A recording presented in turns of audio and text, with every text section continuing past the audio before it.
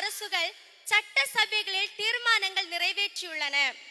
இந்த விவகாரத்தில் மாநில அரசுகளின் கோரிக்கைகளையும் ஒன்றிய அரசு கவனத்தில் எடுத்துக்கொள்ள வேண்டும். வக்பு சட்ட திருத்த மசோதா வழியாக சிறுபான்மை மக்களை அச்சத்தில் ஆழ்த்த கூடாது என்று இப்பொதுக்குழு கேட்டுக்கொள்கிறது.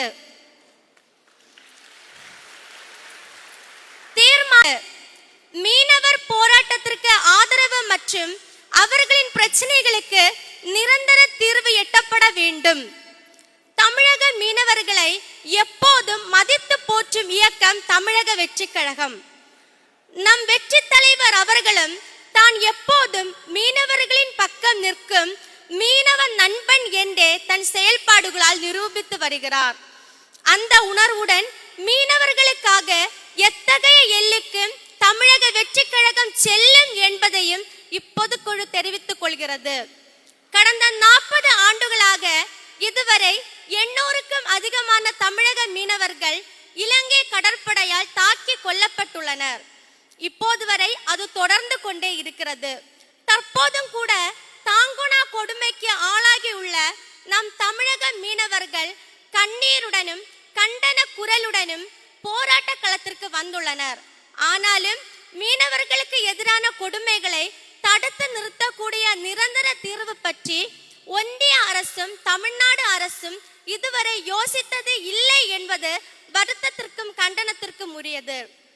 குஜராத் மற்றும் இதர மாநில மீனவர்களைப் போலவே ஒன்றிய அரசின் பிரதமர் தமிழக மீனவர்களையும் சமமாக கருதி தமிழக மீனவர்களின் பிரச்சனைக்கு நிரந்தர தீர்வு காண வேண்டும் என்று தமிழக வெற்றி கழகத்தின் பொதுக்குழு வலியுறுத்தி கேட்டுக்கொள்கிறது. தீர்மானம் 3. பரந்தூரில் புதிய விமான நிலையம் அமைக்க கூடாது. காஞ்சிபுரம் மாவட்டம் பரந்தூரில் புதிய விமான நிலையம் அமைக்க எதிர்ப்பு தெரிவித்து போராடும் பொதுமக்களையும் விவசாய பெருங்குடி மக்களையும் நம் தமிழக வெற்றி கழகத்தின் வெற்றி தலைவர் சந்தித்த மறுநாளே மக்கள் பாதிக்காத வண்ணம் புதிய விமான நிலையம் அமைக்கப்படும் என்று தமிழ்நாடு அரசின் சார்பாக ஒரு விளக்க அறிவிப்பு வெளியிடப்பட்டது. அதில் மக்கள் பாதிக்காத வண்ணம் என்றால் எப்படி என்கிற விளக்கம் இல்லவே இல்லை. விவசாயிகள் நலனுக்காக தனி பட்ஜெட் போடுகிறோம் என்று மார்த்தட்டும் வெற்றி விளம்பர மாடல் திமுக அரசு 2025-26 ஆண்டுக்கான நிதிநிலை அறிக்கையில் பரந்தூரில் புதிய விமான நிலையம் அமைக்கும் பணிகள் விரைவுபடுத்தப்படும் என்று தெரிவித்திருப்பது முழுக்க முழுக்க மக்கள் நலன் மற்றும் விவசாயிகள் நலனுக்கு எதிரான துரோக செயலே ஆகும். மேலும் இது சொல்வது ஒன்று செய்வது ஒன்றாக இருக்கும் இந்த அரசின் இரட்டை வேட கபடதாரி போக்கையை காட்டுகிறது. தமிழக மக்கள் பக்கம் எப்போதும் நிற்கும் தமிழக வெற்றி கழகம் திமுக அரசின் இந்த கபட நாடக செயலை மிக கடுமையாக எதிர்க்கிறது.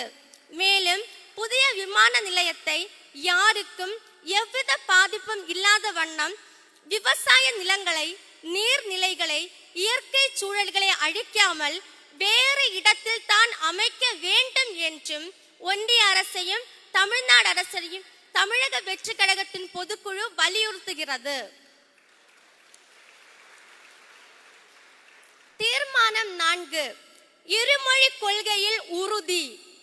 அனைத்து மொழிகளையும் மதிப்போம். தனிப்பட்ட முறையில் யார் வேண்டுமானாலும் எந்த பள்ளியிலும் படிக்கலாம், எந்த மொழியையும் கற்கலாம். அது அவரவரின் தனிப்பட்ட உரிமை என்பதில் தமிழக வெற்றி கழகம் உறுதியாக உள்ளது. ஆனால் கூட்டாட்சி உரிமையை மீறி மாநில சுயாட்சி உரிமைக்கு எதிராக ஒரு மாநில அரசின் மொழி கொள்கையை, கல்வி கொள்கையை கேள்விக்குறியாக்கி வேற்று மொழியை வலி கட்டாயமாக அரசியல் ரீதியாக திணிப்பதை ஒருபோதும் ஏற்க முடியாது. முரட்டு பிடிவாதத்துடன் மும்மொழி கொள்கையை திணிக்க முயலும் ஒன்றிய அரசுக்கு கடும் கண்டனத்தை தெரிவிப்பதுடன் தமிழ்நாட்டுக்கு எப்போதும் இருமொழி கொள்கை தான் என்பதை இப்பொதுக்குழு திட்டவட்டமாக அறிவித்துக் கொள்கிறது. தீர்மானம் 5. நாடாளுமன்ற தொகுதி மறுசீரமைப்பு தேவையில்லை. நாடாளுமன்ற தொகுதி மறுசீரமைப்பு செய்யும் போது வட மாநிலங்களில் தொகுதிகளின் எண்ணிக்கை பல மடங்கு உயரும் என்றும் தமிழ்நாடு உள்ளிட்ட தென் மாநிலங்களில் தொகுதிகளின் எண்ணிக்கை சரியும் என்றும் தகவல்கள் வெளியாகியுள்ளன. இது ஒன்றிய அரசின் மக்கள் தொகை கட்டுப்பாட்டு திட்டத்தை சிறப்பாக கடைபிடித்ததற்கான தண்டனை என்றே தமிழக மக்கள் கருதுகிறார்கள். மாநிலங்களிடையே ஏற்றத்தாழ்வுகளை உருவாக்கும் தொகுதி மறுசீரமைப்பு தேவையற்றது. இப்போதிருக்கும் தொகுதிகளான 543 என்ற எண்ணிக்கையே கால வரையறையின்றி தொடர வேண்டும் என்பதே தமிழக வெற்றி கழகத்தின் நிலைப்பாடாகும். எனவே தொகுதி மறுசீரமைப்பு முடிவை ஒன்றிய அரசு கைவிட வேண்டும் என்று இப்பொதுக்குழு வலியுறுத்துகிறது. தீர்மானம் 6. மாநில அரசுகளுக்கு அதிகாரங்கள் பகிர்ந்தளிக்கப்பட வேண்டும். ஒன்றிய பிரதமர் அவர்கள் மாநில முதல்வராக இருந்தபோது மாநில வளர்ச்சி கூட்டத்தில் பங்கேற்று அந்த மாநில நலனுக்காக குரல் கொடுத்தார். ஆனால் தற்போது அவரே பிரதமராக இருக்கக்கூடிய ஒன்றிய அரசானது பிற மாநிலங்களின் ஒட்டுமொத்த அதிகாரத்தையும் பாராளுமன்ற பெரும்பான்மை உறுப்பினர்களை கொண்டு ஒன்றிய அரசின் அதிகாரத்தை மையப்படுத்தி மாநில அரசின் அதிகாரத்தை மட்டுப்படுத்தி மாநில சுயாட்சியை முடக்கும் வேலையை செய்து வருகிறது. ஜிஎஸ்டி மூலம் நிதி அதிகாரத்தையும், நீட் மூலம் கல்வி அதிகாரத்தையும், மும்மொழி திணிப்பின் மூலம் மொழி அதிகாரத்தையும், தொகுதி மறுசீரமைப்பு என்ற முறையில் மாநில அரசுகளிடையே பிளவினை ஏற்படுத்த முயல்வதையும், வேளாண் சட்டங்கள் மூலம் வேளாண் கொள்கைகளை மாநில அரசிடமிருந்து ஒன்றிய அரசு பறிப்பதையும் இப்பொதுக்குழு கண்டிக்கிறது. அதிகாரம் ஒன்றிய அரசிடம் குவியாமல் மாநில அரசுக்கு பகிர்ந்தளிக்கப்பட வேண்டும். தீர்மானம் 7. பாலியல் வன்கொடுமை வழக்குகளை விசாரிக்க சிறப்பு விரைவு நீதிமன்றங்கள் தேவை. மாநில அரசுக்கு சுமார் 50,000 கோடி வருமானம் வரும் டாஸ்மாக் நிறுவனத்தினாலும் கட்டற்ற போதைப் பொருட்களின் புழக்கத்தினாலும் தமிழகத்தில் உள்ள பெண்கள் மற்றும் குழந்தைகளின் பாதுகாப்பே கேள்விக்குறியாகி வருகின்றது. பள்ளி சிறார்களே போதைக்கு அடிமையாகி வளரும் தலைமுறையே போதையால் சீரழிந்து வருகிறது. இந்த போதைப் பொருட்களால் பெண்களுக்கு எதிரான பாலியல் வன்கொடுமைகள் நாள்தோறும் அதிகரித்த வண்ணமே உள்ளன.